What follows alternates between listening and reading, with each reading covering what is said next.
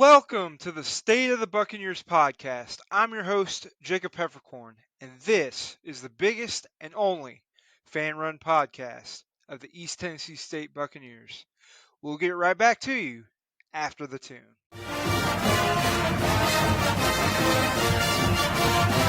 Welcome back, Buck Faithful, and whoever else is listening tonight to the State of the Buccaneers podcast. It's been a few weeks since we had an official episode of the podcast. The last one we did, I was with Southern Comfort's host, Will, and Cole Spivey. Um, and that was a great episode. But after that, football season ended. I had a guest. I was going to have a guest on. I just took a week off for Thanksgiving, kind of just let things go. But in that time, we had the George Quarles firing official announcement. So I did a live episode with a fellow Buccaneer fan from Twitter, Ben. You can go check it out. We had some technical difficulties on my end. Couldn't hear, but go check that out. We just kind of went over some of the candidates at the time. We thought we're going to be big in the search. And this past week, the official announcement of the new head coach at ETSU was made. And the choice was Tre Lamb, Gardner Webb's head coach. They got eliminated in the FCS playoffs by Mercer, and he has come on board and is currently building his staff and getting recruits in. But we had some of those interesting names out there. So today is a big episode for the podcast. It's going to cover a lot of different info that's coming from my brain. I'm going to be flying solo tonight, but that is exactly what I wanted to get into. So George Quarles was fired after going, what was it, 2, 3, and 8 years, 6 and 16, and I mean it was coming. It had been coming down the line. So I think Doc Sander and Brian Nolan had their list of potential candidates. They were looking into those pools.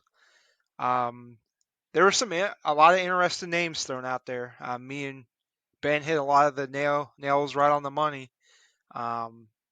The three big ones, of course, were Tre Lamb, who we hired, Jeff Fisher. He's currently the GM of a USFL team, but he's shown some interest in FCS jobs, and he interviewed for the ETSU job last time. And then another candidate was Will Healy. He was the head coach at Austin Peay. Led their turnaround to a respectable FCS program to get them to where they are today. And he coached at Charlotte for a little bit, had a couple good years, but then had a bad year in COVID and got let go. Then you had those were the three that Football Scoop mentioned. And Doc Sander confirmed. He's currently an analyst at Central Florida. So those were the big three, so to speak. Another interesting name came out that just reached out to the job. It was Ray Lewis. I don't think they actually interviewed him. Me and Ben kind of threw out some of those like weird NFL names: Jeff Saturday, Philip Rivers, Jason Witten. Jason Witten, of course, is coaching down in Texas right now. Leading has led his high school team to a 13-0 record. And Philip Rivers is also coaching. But it's crazy that Ray Lewis, the NFL player, actually reached out to ETSU. Maybe he's trying to get into the coaching ranks. We'll see how that goes. But clearly, Tre Lamb was the most qualified candidate, most innovative of the guys. He's just entering his coaching prime. He's young, man. He's 34, has a lot of energy. His press conference, he's been getting people hyped up about ETSU football. I've had people reach out to me that aren't really the biggest of ETSU fans, but they are hyped up for this hire, man. Um, so I think ETSU's in good hands. Um, that's just one that I wanted to talk about a lot today. Um, and so, of course, Tre Lamb comes from Gardner Webb. He's led a full-on rebuild there, building up a historically bad program. They just don't invest in athletics enough, and that's why he said he was interested in ETSU. We have those investments that we put into the football program with William B. Green Jr. Stadium, the mini dome, the amount we've invested into making us a premier power in the FCS. Even though we haven't had as much success on the field as some others, we've had a couple. We had the coaching miss with George Quarles and just building the program up. We didn't keep the momentum from that 2021 season, but that speaks volumes. The people that were interested in the job, we don't even know who all even reached out. Um, in the even more some of the more names, and I think a couple others reached out that were connected to the Bucks, but several different people were guiding this hire. Randy Sanders mentioned, and it was mentioned in the press conference. That was Randy Sanders' first name on his list, um, and it's obvious, it's evident from his time at Gardner Webb that he knows how to build a program, knows how to build a culture, uh, and I'm ready to see it on the field. Um, I think there's a lot worse hires we could have made, but I think this was the one. This is the fit. Good cultural fit, good identity, good offensive identity that we had been talking about. Um, when you make a hire like this, you've got to look at what you want for your program. You can't just make you know a GM type hire and say, oh, we got to have one that delegates, bring in a good staff, that sort of thing. We need someone that has a vision to lead us to that next level, to that North Dakota State, South Dakota State, and so on level, to be a FCS contender year in and year out. And I think ETSU has that potential, man. If all the SoCon teams, I think we have that potential. We care the most about football and our athletics program. Even though the last couple of years have been rough with some bad leadership, um, we're getting there again with basketball, both sides. Um, there's been a lot of drama, but I think Gardner Webb, Tre Lamb is the guy to lead us in the football program. There's a couple negatives, but I mean we saw them coming. Obviously, none of the staff is coming back. There's some hope that Billy Taylor would be retained, but I think he's gonna end up somewhere else, lower level, probably be his retirement job because he's helped build this ETSU program up.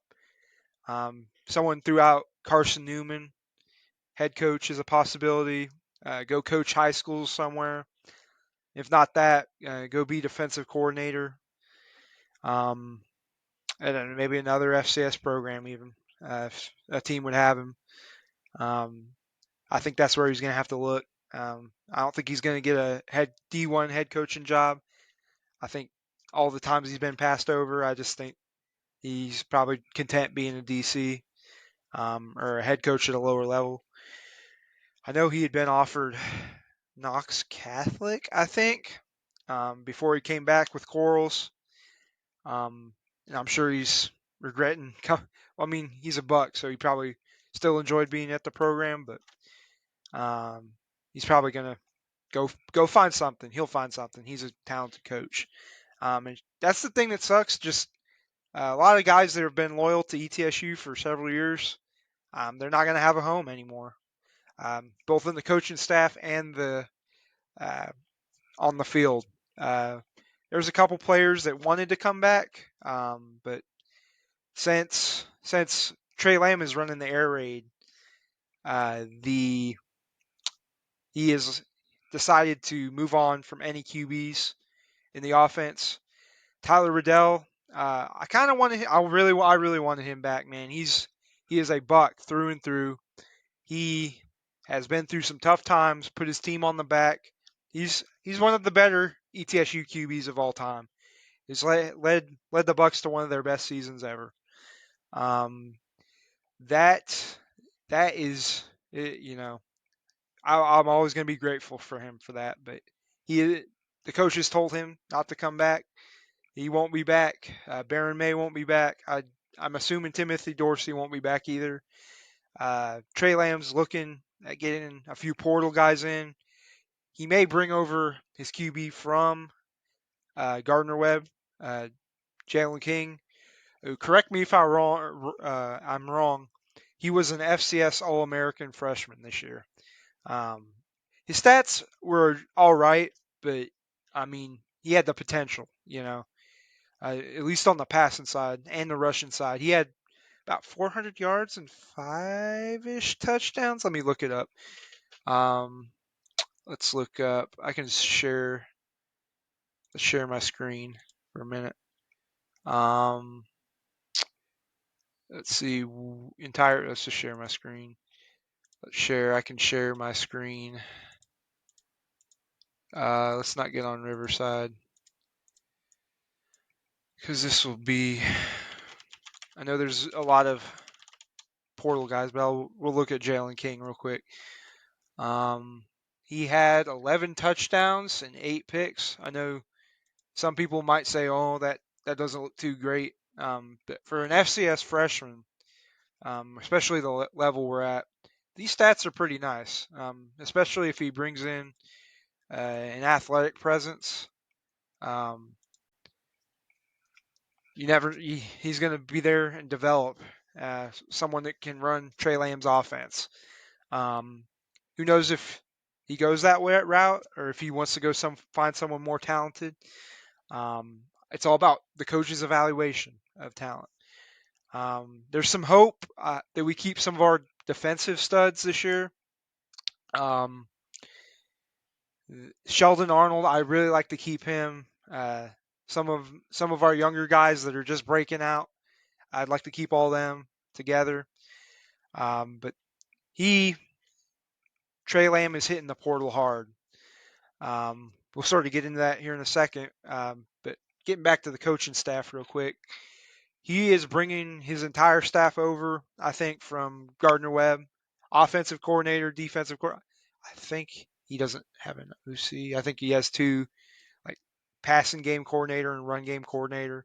I know that's a big thing nowadays, since I think he calls plays, and he's just bringing up over his whole staff aside from a couple guys, like quality control guys. So that'll be interesting to see, having that continuity, that coaching experience.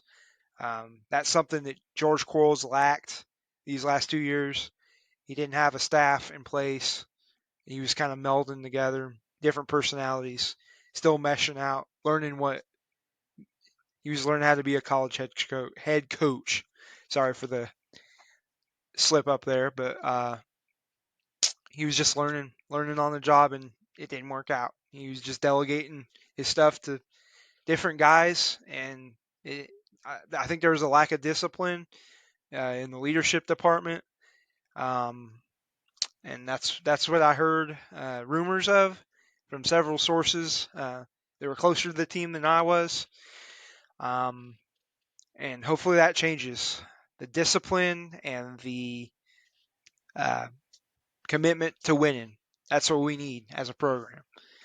And I just love that Randy Sanders recommended him. That's sort of that lineage that Sanders was talking about. Torbush recommended Sanders. Sanders recommended Lamb.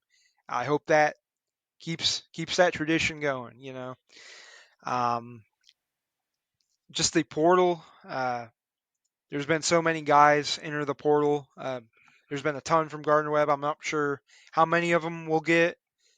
Some of them have higher offers, especially with a talented team that made the FCS playoffs. Some of these bigger programs are going to have NIL at the wazoo, and they're gonna be paying people. But I'm sure some of them are just going to follow coach here. I know he's offered a lot of guys some interesting names. He just offered a D2, one of the top D2 running back transfers today. Um, he offered Fred Davis, who used to be at Mercer, who's a JUCO. If we got him, all I'm saying that running back room is going to be insane. I've heard that there's only going to be a couple guys coming back from them. I think Bryson Irby and a couple others. I'm not. Don't quote me on that. Things could change. But yeah, Fred Davis. We've offered some Tennessee Tech guys, a wide receiver. I think we offered a QB from Murray State. Correct me if I'm wrong today. I've seen so many of them. There's so many. Uh, there's so many names, especially this time of year with the portal opening. Um, and I'm just excited to see how he implements his scheme, what guys he gets in the portal. I'd love to have Tre Lamb on this show. I know he said he'd want to be on some fan podcast or on podcasts to get the word out. So shout me out, Tre Lamb. I know some of his family was interacting with me on Twitter. I'd love to have you on. Uh, I know a lot of it's just talk football, man. Talk the ins and outs of the game. What you're planning, pick your brain. But just I'm excited, man. I'm excited about the future of ETSU football. It was looking bleak there for a hot minute. There, we still got a lot of people to the games. Surprisingly, a lot of students still came. A lot of fans still came. But I think we are going to see ETSU get back to what it was under Sanders, um, and sort of build this program up to where it's an FCS power, maybe even move to FBS. I know there's rumors out there. I've seen it on Twitter with Chattanooga, ETSU, the public schools of the SoCon. They want expansion. I've heard some names thrown out there: William and Mary, Elon. Um, it's been there's been a lot of news floating around these past couple weeks with the portal and then all that type of stuff. Oh yeah, I forgot to mention uh, Tre Lamb has deep connections to the Southern Conference in football. His brother, I think, was a QB at App State and is now the QB coach at Virginia. Let's see, Taylor Lamb. Let's look it up.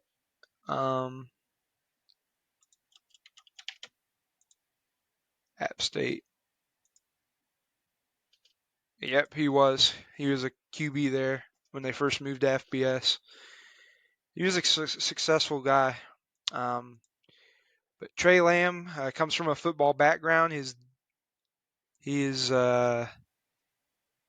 he. Let's see. His father was a legendary prep coach in Georgia. I know his uncle was the head coach at Mercer and Furman, both. He helped bring Mercer football back and got them to the Southern Conference. He was a talent. He always had talented teams down there. They didn't win that much, but he was a talented coach. He's now at a D2, starting up a D2 program in South Carolina in Anderson. But those football connections run deep, man. I think he, um, yeah, has those three different family members. But he himself was a QB at Tennessee Tech. He started out he was a QB coach under his uncle at Mercer, and then went to be the OC at Tennessee Tech before he got the Gardner Webb job. But he's one of the quickest rising stars, I'd say, in the coaching world, in the FCS level, and just that whole background. I think it's going to work out. He has been active. He's been more active than George Quarles ever was in recruiting and on the portal and on social media. I'm sure he's got a lot on his plate right now, but uh, best of luck in your recruiting efforts and building this program back up. Um, I think that's all I wanted to say about football. Oh, let's talk about the schedule for a minute. The 2024 schedule was also finalized. Um, ETSU.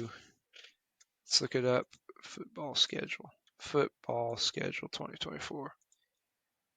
Okay, we got it.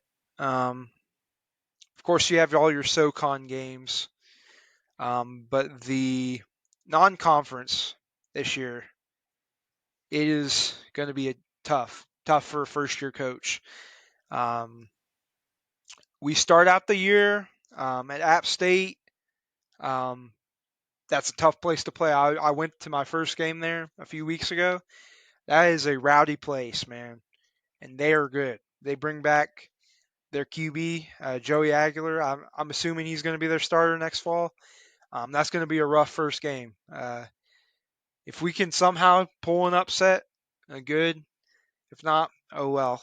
At least we get a good payday from it. They used to be one of our rivals back in the old days, but now they've gone to greater, bigger, and better things. But that'll be a good environment. I'll probably go to that game, honestly. Um, that'll be a nice weekend retreat. Um, but after that, we may play UVA wise. The date isn't set yet, solidified, because the conference hasn't released their schedule yet. But I'm assuming we're going to play that second weekend against UVA wise to have a tune-up game, because the next game we play North Dakota State at home. That's like playing Bama, getting Bama in here, FCS Bama. They've been dominant for years, even though they've been down the last couple-ish years. Um, they are still one of the premier powers. They are in the quarterfinals. They beat Montana State this past weekend, but that's going to be a heck of a game, man. Heck of a game. I hope William B. Green Jr. Stadium's packed out to the wazoo. I hope we get the most people we've ever had. We need to put on a show for them Bison fans that come down here. Someone said they're going to have a large contingent. It's going to be a party, man. Uh, any of you Buccaneer fans, I'm gonna be tailgating that weekend, right there in that parking lot. Um, it's gonna be a big game, man.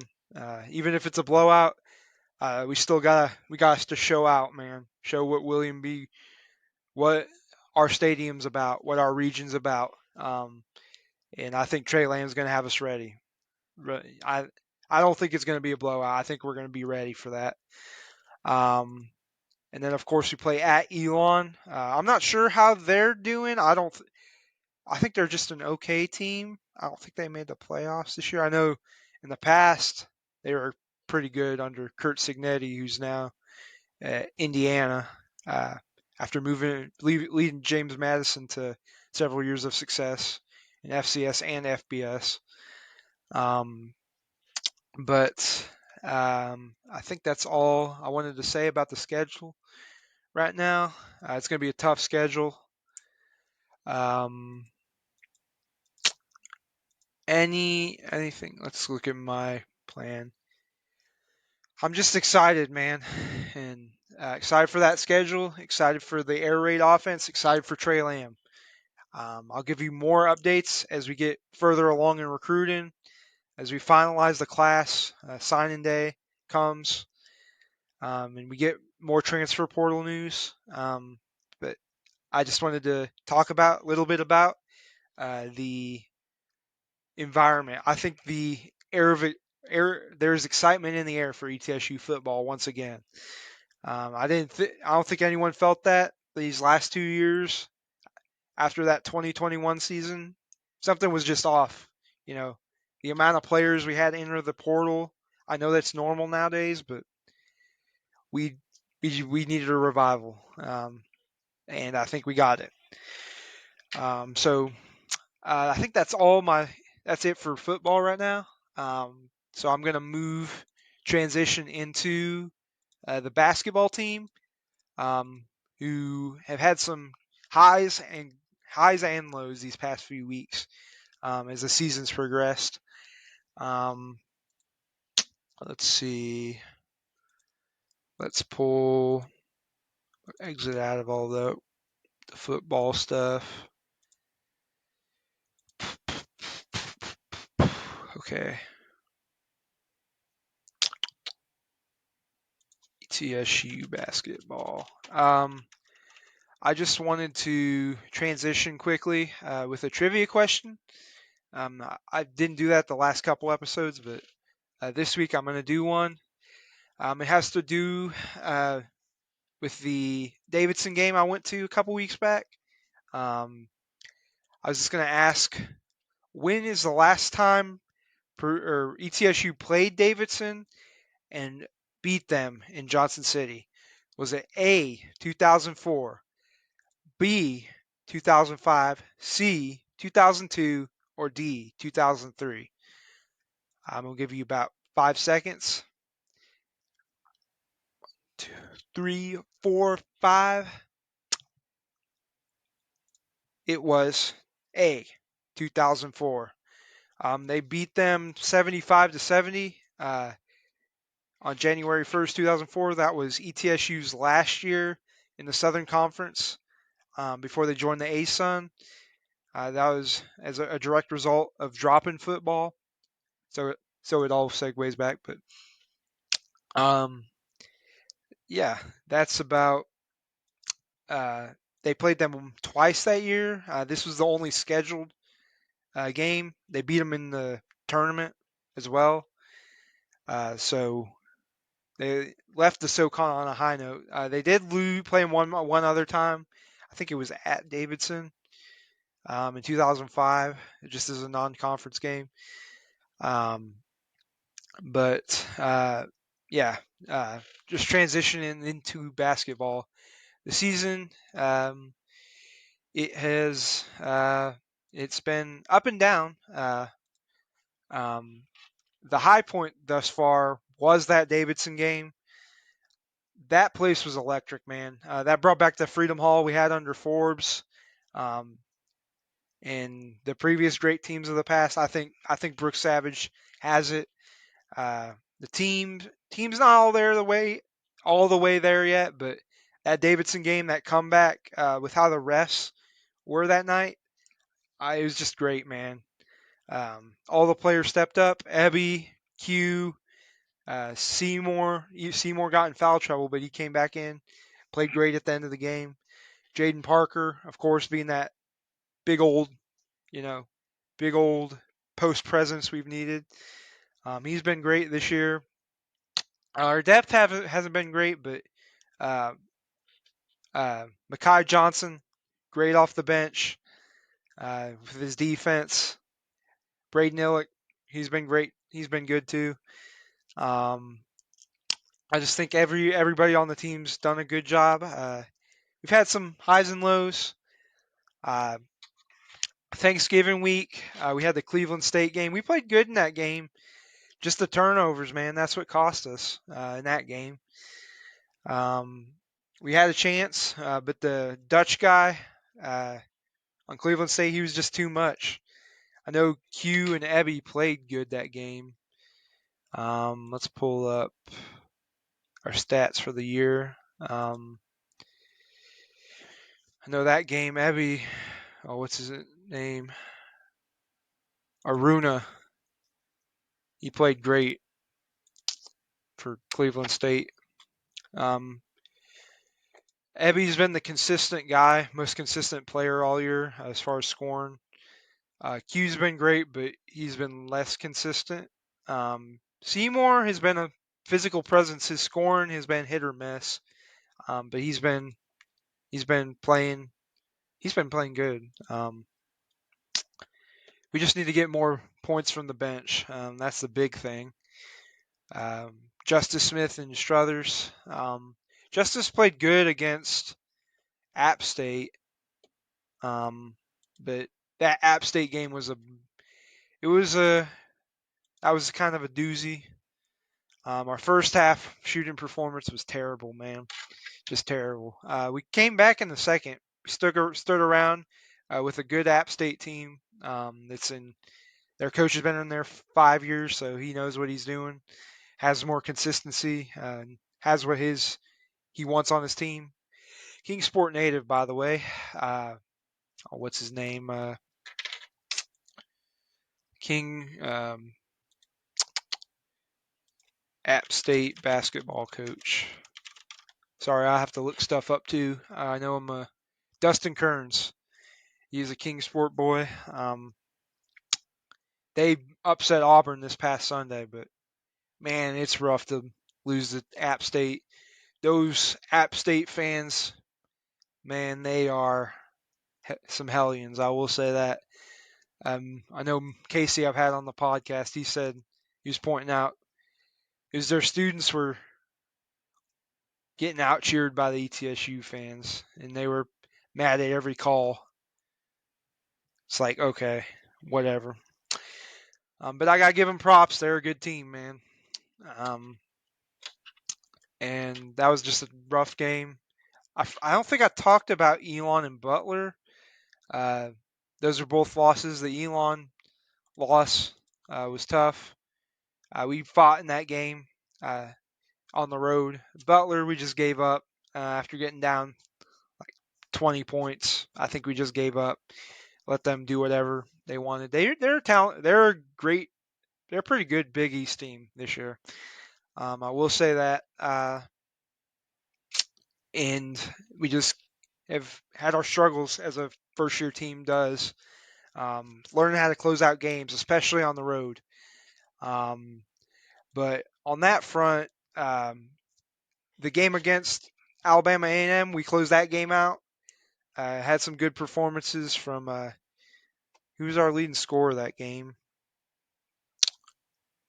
Who was Ebby and Q and Seymour, our usual guys. Karan Boyd playing good. He's been our role player this year.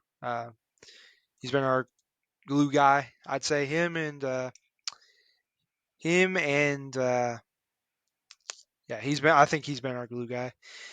Um, doing the dirty work a lot of the times. Um, just and then that Jacksonville State game this past weekend, we closed that game out.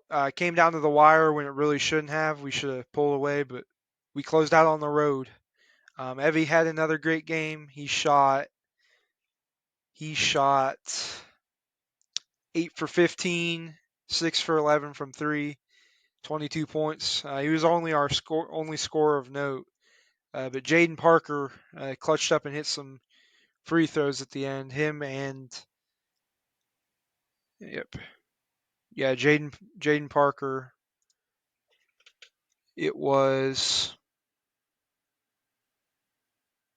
Quimari. Quimari. Oh yeah, Quimari had a huge bucket. He didn't have the best game, but going on the road and winning, leading into this next 3 game stretch, keeps us at 500, and I think our goal right now is to be over 500 by time conference play hits. I think we get a win against Tennessee Tech at home on Sunday. They're not that good. Tusculum, we're going to win that. That's an easy W. Kansas City, I'm not as sure on. They've been hit or miss, but they gave a good Kansas team a test tonight. And so I think we've got to come out of those games 2-1 or better. just for conference play because we got two tough road games after that against Utah State and ECU. I'm not sure how ECU's doing this year. They are 6-3. That'll be a tough game, just like App State. Utah State, they are borderline top 25 right now, 7-1. I think we are going to need a miracle in that game. Hopefully, we play great defense and get some momentum. But that's all our non-conference games leading in. I hope we're at least get 4 wins out of that. Those schedules. Who knows? But I think we have the talent to do it. Our depth is, I think, our issue right now. We have our starting 5 is solidified and knows what they're doing. But when the starters don't show up, we need some of those younger guys and bench pieces to show up because our bench scoring has been atrocious in a lot of games, and that's one of our key issues. Savage has him coached up. He's doing a good job with his team, especially with what we had coming in back from last year. We had 3 or 4 players returning, 2 of which haven't even played that much, and just just keeping just keeping us in a competitive mode is what we need to do. So I've been really enjoying this season. I'm excited for the home games. We've been on the road a lot. I think that explains our 4 losses so far. Just having tough road games, man. It's going to make us stronger for Southern Conference play. We're going to need to win some of those tough road games when we go to Furman, Chattanooga, UNCG, so on and so forth. Where we got, I don't know if, I think Furman or, I think those are the only rowdy crowds. Maybe Mercer too. I don't know about Sanford. Maybe Sanford. I don't know. Citadel and VMI speaks for itself, and Western, they have a few fans. Cole Spivey, he's that one. Maybe they have maybe 5 fans. No offense, Cole. But yeah, I think that's all I can cover right now. I've really been impressed with Ebby. Said he come into the year he was going to be our spark plug, and when he heats up, I think that's when we do our best. Him and Q heat up, and having Jaden, having all those guys going, and we just got to find that bench score. But that's all I have for men's basketball. I was going to talk quickly about women's basketball. They've been good so far. Coach Brenda Mock Brown has them going in a good place again after the complete turnaround that was last year's team. This year they are 5-3 so far. Have wins over. Crap, that's not. I don't have ETSU women's team pulled up. They are currently 5-3. They have a couple tough losses over Lipscomb. The win or losing to Miami makes sense. They almost beat Kentucky in women's in basketball, but they've ran the table. Wins over Lafayette, Radford, Presbyterian, Norfolk State, who's one of the top teams in the SWAC, Morehead State, just a couple days ago. Tomorrow, they play Charleston Southern, or today, depending on when you watch this. It'll probably be today when you watch this. And that's all I have to say. They hopefully they keep up the good work and end up winning the conference because they were projected second, I think, in the conference. I forget who's first. I don't keep up with women's basketball as much. I like pay attention to the stats, obviously. Um, just the Southern Conference in general. I don't keep up with that as much. Um, let's see. What else topics I had? I probably won't get into some of the other stuff. It's more of a touchy subject. Um, other ETSU sports. Men's golf continues to impress. Go support that team. Jake Amos has that team in a good place. Lots of future professional golfers on that team.